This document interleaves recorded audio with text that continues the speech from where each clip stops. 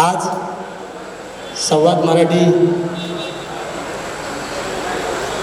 संवाद सन्मानसाठी उपस्थित व्यासपीठावर सर्वच मान्यवर हे खऱ्या अर्थाने आमचे जिल्हाध्यक्ष सुधाभाऊ घारे आणि पत्रकारितेमध्ये किंवा पत्रे चौथा स्तंभ असणारे त्यांनी चांगलं मार्गदर्शन केलं. मनपूर्वक ऐकत होतो ते भोटे साहेब. आणि ज्यांनी हा खरा ते कार्य घडवून आणला ते आमचे मित्र आणि अनेक वृत्तपत्रांमधून काम करून त्यांनी खरी उंची गाठली. यांची सुरुवात मी जेव्हा समाजकारणामध्ये होतो तेव्हा ते पत्राचे धडे घेत होते आणि ते घेत असताना अतिशय चांगलं काम आज आमची जी तरुण पिढी करते त्याच पद्धतीने बाबू फुटे करत होते.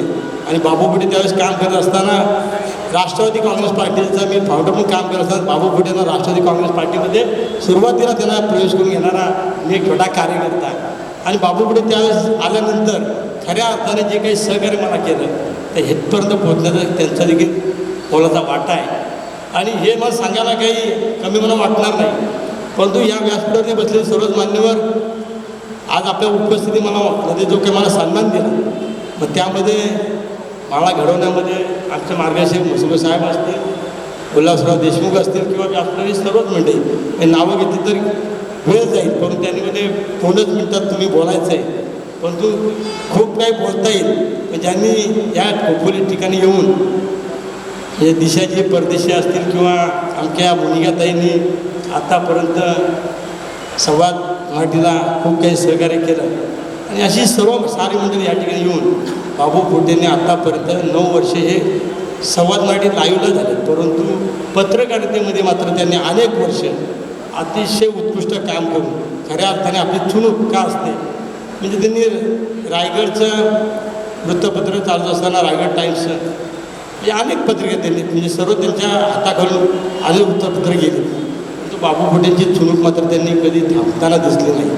आणि म्हणूनच जो काही आज संवाद मराठी माध्यमातून संपूर्ण या शहराचा असेल, तालुक्यामधला संवाद असेल किंवा या मतदारसंघाचा संवाद असेल, तो रायगडमध्ये न राहता महाराष्ट्रामध्ये त्यांचा संवाद पोहोचण्याचं काम त्यांनी केलं. आणि आज आमच्या सरकारला हा संवाद सन्मान करून या ठिकाणी आज 9 वर्ष त्यांच्या ह्या चॅनलला झाले. हा म्हणता 9 वर्ष गेली, परंतु बाबू फुटे मात्र कुठं थांबले नाही. म्हणजे कोरोनाच्या काळात देखील त्यांचं काम अतिशय उत्कृष्ट होतं.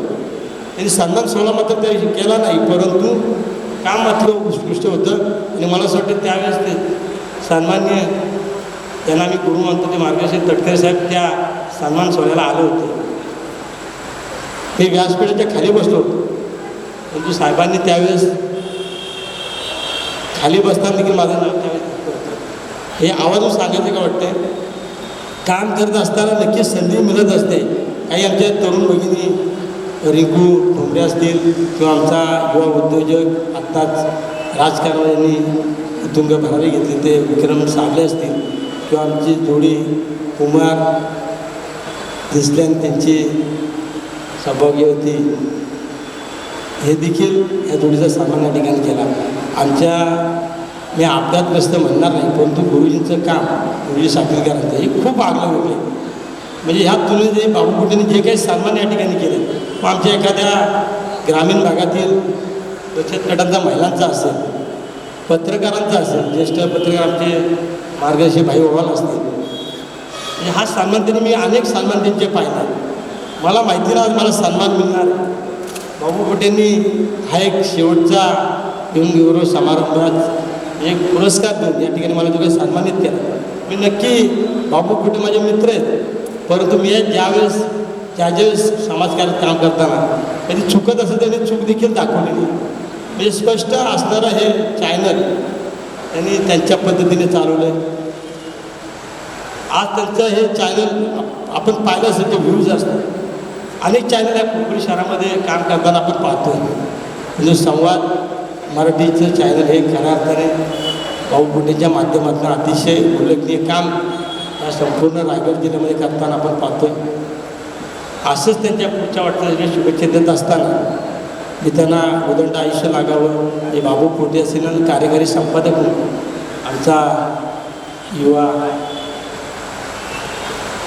शुभम पोटे असतात त्यांना मनातून धन्य करतो. शेवटी त्यांची पुढची पिढी हे कशी असावी त्या क्षेत्रामध्ये बाबू पोटेंना खऱ्या अर्थानं चिरंजीव शुभम पोटे खूप चांगलं काम करून या ठिकाणी त्यांना पुढे नेण्याचं काम करते. नक्कीच हे चॅनल पुढे देखील असंच अखंड चालू राहावं आणि आपलं नाव 7 समुद्रापलीकडे जावं असं भोटे साहेबांनी आपल्याला ज्या शुभेच्छा दिल्या बाबू पोटे आपण नक्कीच ते तिथपर्यंत पोचवाल. आमचा जो सन्मान केला आणि ज्या पद्धतीने आपण माझा या ठिकाणी सन्मानामध्ये जे बोललात हे नक्कीच मी आपला शतशः ऋणी आहे.